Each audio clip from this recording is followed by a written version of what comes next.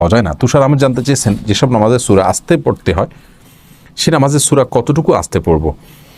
ভাই তুষার, নামাজে সূরা আস্তে পড়ার মানে হলো আপনি নিজে তার আওয়াজ শুনবেন এটুকু, আশপাশের লোকজন শুনবে না, এটুকু আস্তে পড়া। আস্তে পড়া মানে এই নয় যে আপনি মুখেও উচ্চারণ করবেন না, এর নাম কিন্তু আস্তে পড়া নয়। অনেকে মনে করেন আস্তে পড়া মানে মনে মনে পড়া, মুখে উচ্চারণ করবেন, ঠোঁট নড়বে, জিহ্বা নড়বে, তাতে যেটুকু আওয়াজ হয় সেটুকু আওয়াজ আপনি নিজে একা শুনতে পারেন, এমন হতে পারে। কিন্তু আপনার এর মানে কোনো অবস্থাতে এইটা নয় যে আস্তে পড়া বলতে আপনি মনে মনে পড়বেন। মনে মনে পড়লে কিন্তু সালাত আদায় হবে না। আর আশপাশের লোক যেন শুনতে না পায়, একদম কাছের লোক কিছুটা ফিসফিস আওয়াজ শুনতে পারে, এর বেশি নয়। এরপরে সোফিয়া চাকলাদার জানতে চেয়েছেন কোরআনের হক সম্পর্কে জানতে চায়। অনেকে বলেন বছরে 2 বার খতম করা কোরআনের হক।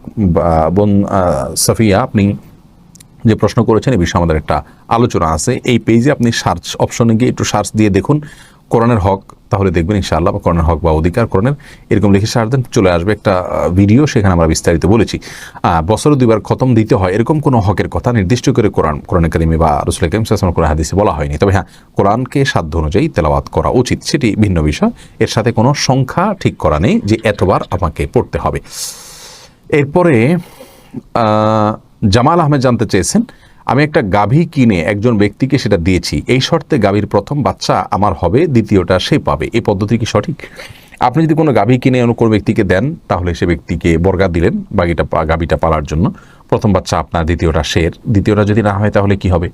এরকম কোনো চুক্তি করা উচিত নয় যে এক পক্ষ নিরঙ্কুশ ক্ষতির মধ্যে পড়তে পারেন। এই জন্য এভাবে আপনি চুক্তি করবেন যে এখান থেকে যে লভ্যাংশ আসবে বা এখান থেকে যে লাভ হবে সেটা আমরা এত % হারে নিব। কিন্তু প্রথম একটা গাভীর বাচ্চা হলো আপনি নিয়ে এলেন, এরপরে কোনো বাচ্চা হলোই না, তখন কি হবে?